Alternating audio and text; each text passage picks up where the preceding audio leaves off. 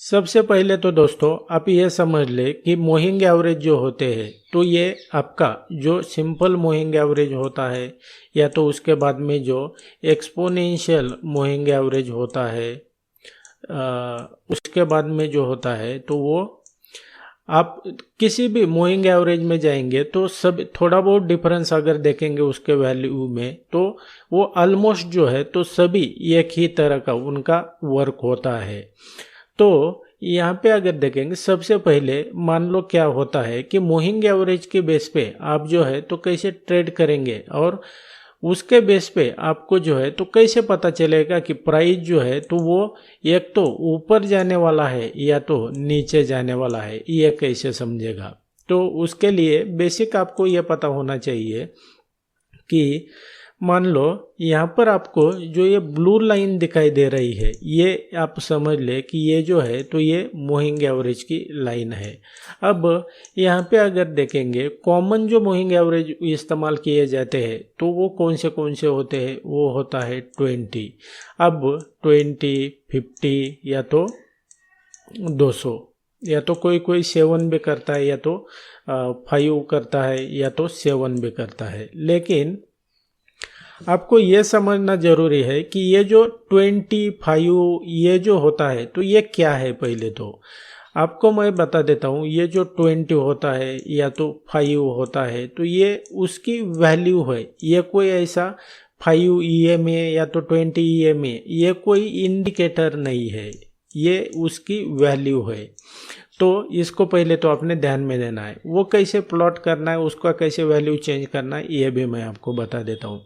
लेकिन तो पहले तो ये समझ ले कि जब प्राइस जो है तो कभी भी समझो मान लो क्या हुआ कि प्राइस जो है तो यहाँ पर ओपन हो गई, यहाँ पर क्लोज हो गई है। तो जब ये ट्रेडिंग सेशन एंड होते होते प्राइस ने क्या किया, यहाँ पर जो है तो वो क्लोजिंग दे दिया और नेक्स्ट डे का जो ट्रेडिंग सेशन है उसमें प्राइस ने क्या किया कि यहाँ पर गैप अप ओपनिंग दे दिया। तो ये गैप अप और या तो समझो उसने गैप डाउन यहाँ पर ओपनिंग दे दिया। तो इसका मतलब क्या होता है, गैप डाउन और गैप अप का ओपनिंग पहले तो ये समझ लेना कि प्राइस मान लो यहाँ पर क्या हुआ कि इस लेवल पे क्लोज हो गया तो उसके बाद में नेक्स्ट ट्रेडिंग सेशन में प्राइस कहाँ पर ओपन होना चाहिए, यहाँ पर होना चाहिए इस लेवल पे। लेकिन प्राइस ने यहाँ पर ओपन ना होते हुए प्राइस यहाँ पर ओपनिंग दे दिया। अब इसके बीच में ये क्लोजिंग और यहाँ पे जो ये ओपनिंग है इसके बीच में जो है तो ये क्या है, ये हुआ गैप। ये दोनों के बीच में जो है तो ये गैप हुआ। अब इसी के लिए हम इसे गैप अप ओपनिंग कहते हैं, यानी कि गैप अप ओपनिंग। तो ये गैप अप ओपनिंग या तो इसमें और एक क्या होता है, एक होता है गैप डाउन ओपनिंग। वो कैसे, ये मैं आपको बता देता हूँ। मान लो प्राइस ने क्या किया, यहाँ पर जो है तो वो क्लोजिंग दे दिया और ट्रेडिंग सेशन वो यहाँ पर क्लोज हो गया। तो अब नेक्स्ट ट्रेडिंग सेशन में क्या हुआ दूसरे दिन कि प्राइस यहाँ पर ओपन ना होते हुए प्राइस ने क्या किया, यहाँ पर जो है तो वो ओपनिंग दे दिया और प्राइस यहाँ पर ओपन हो गया। अब इस दोनों के बीच में अगर देखेंगे ये जो प्राइस का डिफरेंस है इसे हम क्या कहते हैं, गैप डाउन ओपनिंग। ये गैप डाउन ओपनिंग इसे हम कहते हैं। तो इसके बेस पे जो है तो ये अब आप ये तो समझ में आया कि गैप अप या तो गैप डाउन ओपनिंग किसे कहते हैं। अब ये समझ लेना कि जब भी प्राइस यहाँ से जो है क्लोजिंग यहाँ पर हुआ है और ओपन यहाँ पर हुआ है या तो डाउन ट्रेंड में यहाँ पर ओपन हुआ है तो इसका मीनिंग क्या होता है, बेसिकली यहाँ पर क्लोजिंग है और यहाँ पर ओपनिंग है। तो इसका बेसिकली मीनिंग क्या होता है, तो इसका मीनिंग होता है कि जब भी प्राइस जो है गैप अप ओपनिंग होती है या तो गैप डाउन ओपनिंग होती है तो इसका मतलब है कि यहाँ पर जो है तो मार्केट का सेंटीमेंट जो है तो वो चेंज हो चुका है। यानी कि जो पहले प्राइस ट्रेंड जो चल रहा था तो अब क्या हुआ, प्राइस ने गैप अप या तो गैप डाउन ओपनिंग दे दिया। तो इसका मतलब है कि अब प्राइस का सेंटीमेंट चेंज हो चुका है, यानी कि प्राइस का जो है तो वो डायरेक्शन चेंज हो चुका है। अब तक अगर प्राइस मान लो नीचे जा रहा था और अचानक से क्या हुआ कि प्राइस ने जो है तो वो गैप अप ओपनिंग कर दिया, तो इसका मतलब सीधे से होता है कि अब प्राइस में जो है तो वो ट्रेंड चेंज हो चुका है, अब अप ट्रेंड यहाँ पर शुरू हो चुका है। ये बेसिकली इसका ये मतलब होता है। लेकिन अब इंट्राडे में ये तो हुआ कि ये मीनिंग क्या होता है कि कॉमन मीनिंग ये है कि इसका गैप अप या तो गैप डाउन ओपनिंग होता है प्राइस। तो अब इसके बाद में अगर देखेंगे तो मोस्ट ऑफ टाइम आपको ये शायद इसका नॉलेज नहीं है तो आपको ये समझ में नहीं आया होगा, लेकिन मैं आपको बता देता हूँ, जब भी प्राइस जो है तो गैप अप या तो गैप डाउन ओपनिंग होता है तो आपने ईएमए जो होता है या तो कोई भी मूविंग एवरेज होता है तो उसके बेस पे कैसे ट्रेड लेना है, और ये जो है तो ये बहुत हाई प्रोबेबिलिटी सेटअप है। तो यहाँ पर अगर देखेंगे, मान लो प्राइस ने क्या किया कि यहाँ पर जो है तो वो क्लोजिंग दे दिया, यानी कि ट्रेडिंग सेशन खत्म होते होते प्राइस यहाँ पर क्लोज हो चुका है। और यहाँ पर जो आपके चार्ट पर ये ब्लू लाइन दिखाई दे रही है, ये किस चीज़ की लाइन है? ये मान लो आपका ईएमए या तो मूविंग एवरेज, ये कोई भी हो सकता है, तो ये इसकी लाइन है और इसकी क्लोजिंग यहाँ पर हो चुकी है। अब नेक्स्ट ट्रेडिंग सेशन में क्या हुआ कि यहाँ पर मान लो प्राइस यहाँ पर ना ओपन होते हुए, क्योंकि क्लोजिंग यहाँ पर है तो प्राइस वैसे यहाँ पर ओपन होना चाहिए, लेकिन यहाँ पर ओपन नहीं हुआ। प्राइस ने क्या किया कि ओपनिंग जो है तो इस लेवल पे दे दिया। अब मोस्ट ऑफ जो ट्रेडर है तो उन्होंने तो किताबों में यही पढ़ा है कि जब भी प्राइस गैप अप या तो गैप डाउन ओपन होता है तो इसका मतलब है कि प्राइस में जो है तो मार्केट का सेंटिमेंट चेंज हो चुका है, ट्रेंड चेंज हो चुका है, तो प्राइस अब ऊपर जाएगा। लेकिन असल में ऐसा नहीं होता है। तो उसके लिए आपने क्या करना है, ये जो ओपनिंग है तो इसको ध्यान में रखना है, और ये जो ईएमए की जो लाइन है इसको ध्यान में रखना है। इन दोनों के बीच में अगर देखेंगे, ये अगर डिफरेंस आता है तो इसका मतलब है कि आपने यहाँ पर लॉन्ग एंट्री करने के बजाय आपने ऐसी अपॉर्चुनिटी ढूंढनी है जहाँ पर जो है तो आप शॉर्ट एंट्री कर सके, क्योंकि यहाँ से ईएमए की जो लाइन है तो वो करंट प्राइस से जो है तो बहुत यहाँ पर दूर है। तो इसके लिए कभी भी आपने ऐसा, आपके पास अगर सेटअप बनता है तो आपने लॉन्ग जाने के बजाय आपने शॉर्ट अपॉर्चुनिटी के बारे में सोचना है। उसी तरह से अब यहाँ पर देखते हैं तो वो कब कहाँ पर, समझो मान लो क्या हुआ कि प्राइस यहाँ पर क्लोज हो गया और जो ईएमए है तो वो बहुत धीरे धीरे जो है तो वो आगे बढ़ता है, तो यहाँ पर आ गया। तो अब प्राइस जो है तो आपने मान लो क्या हुआ कि प्राइस ने यहाँ से रिवर्स यहाँ पर मान लो बियरिश प्राइस एक्शन बना, आपने यहाँ पर एंट्री भी कर ली। ये जो मैंने सेटअप दिया है तो इसके बेस पे आपने क्या किया कि इस लेवल पे आपने शॉर्ट एंट्री भी कर ली। लेकिन शॉर्ट एंट्री के बाद में जो है तो आपको सिर्फ एंट्री करके कोई फ़ायदा नहीं है, आपको बेसिकली एग्जिट कहाँ पर करना है ये भी पता होना चाहिए। सिर्फ एंट्री करेंगे तो आपका इसका कोई मीनिंग नहीं है, आपको बेसिकली एग्जिट का भी पता होना चाहिए। तो आप एग्जिट कहाँ पर करेंगे?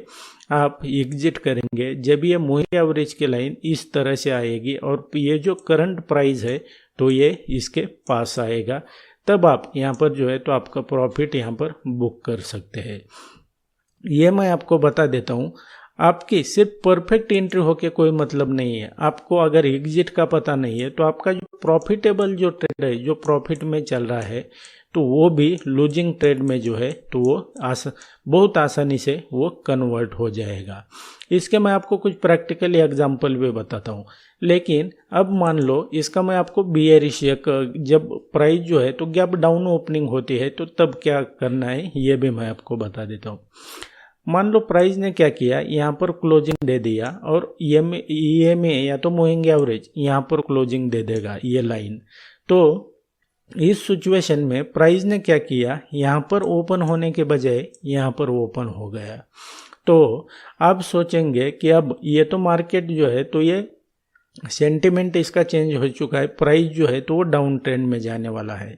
लेकिन आपने जो ईएमए की लाइन है तो इसको ध्यान में रखना है। अगर ये इन दोनों के बीच में बहुत यहाँ पर अगर गैप है तो इसका मतलब है कि प्राइस जो है तो बहुत देर अब नीचे नहीं रहने वाला है। प्राइस यहाँ पर जो है तो ये कभी ना कभी इस जो EMA की लाइन है इसके पास आने वाला है। तो आपने इस सिचुएशन में कभी भी शॉर्ट एंट्री के बारे में यहाँ पर नहीं सोचना है। समझो मान लो ये लाइन इस तरह से आ जाती है, प्राइस यहाँ पर है, तो कभी भी आपने शॉर्ट एंट्री के बारे में नहीं सोचना है।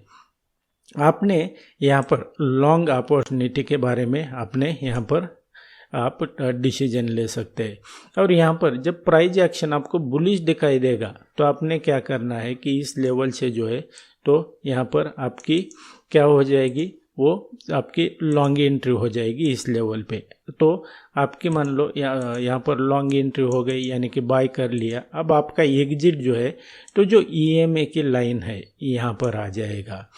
तो जैसे मैंने आपको पहले भी बताया, आपको एंट्री सिर्फ करके पता यहाँ पर जो है तो फ़ायदा नहीं है, आपको एग्जिट का पता होना चाहिए। और इसको मैं आपको अब प्रैक्टिकल चार्ट के ऊपर लेके जाता हूँ और इसको डीप में एक्सप्लेन करता हूँ। तो दोस्तों यहाँ पे अगर देखेंगे, ये जो बीच में जो ये आपको यहाँ पर एक लाइन दिखाई दे रही है, ये ब्लैक लाइन, तो ये बेसिकली क्या है कि ये इस ट्रेडिंग सेशन का और इस ट्रेडिंग सेशन का बीच में जो है तो एक पार्टीशन है, यानी कि ये ट्रेडिंग सेशन अलग है और ये ट्रेडिंग सेशन अलग है, तो ये उसका पार्टीशन है, सिर्फ इतना ही है।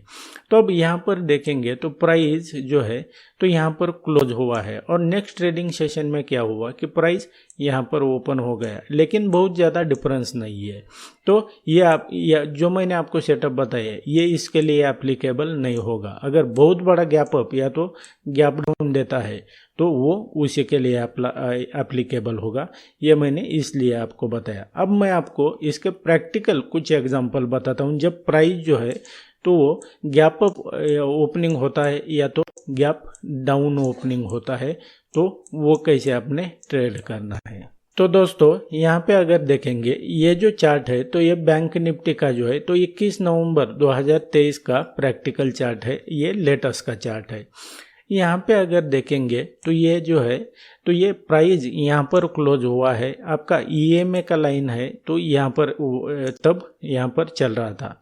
लेकिन नेक्स्ट ट्रेडिंग सेशन में क्या हुआ, प्राइस जो है तो यहाँ पर ओपन हो गया, लेकिन इन दोनों के बीच का अगर डिफरेंस देखेंगे तो ये कितना बड़ा है। तो इस सिचुएशन में जो है तो जो आपने किताबों में पढ़ा है कि जब प्राइस यहाँ पर गैप अप ओपनिंग हुआ तो लॉन्ग जाना चाहिए, तो इस सिचुएशन में आप ऐसा नहीं करेंगे।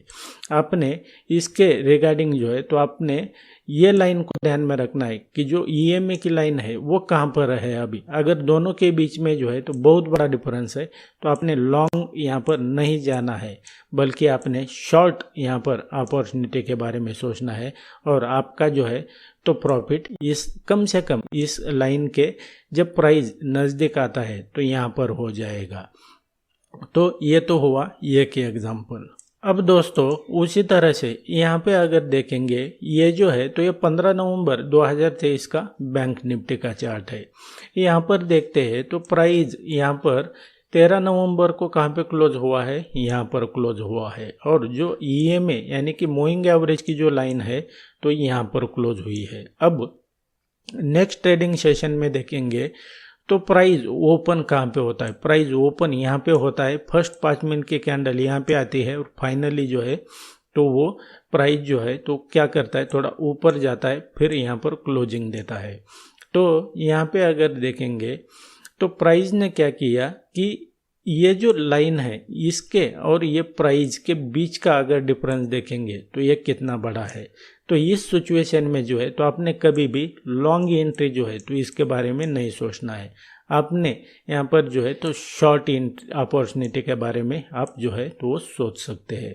तो उसके बाद में जो है मान लो आपने क्या किया, यहाँ पर जो है तो शॉर्ट एंट्री कर ली, इस लेवल पे ये सेटअप देखकर आपने यहाँ पर शॉर्ट एंट्री कर ली, तो आपका जो है तो वो प्रॉफिट कहाँ पर बुक होना चाहिए, ये जब लाइन के पास प्राइस आएगा तो इसके पास जो है तो आपका प्रॉफिट बुकिंग आना चाहिए। अदरवाइज आपका अगर प्रॉफिट में भी ट्रेड है तो वो लूजिंग में कन्वर्ट हो जाएगा।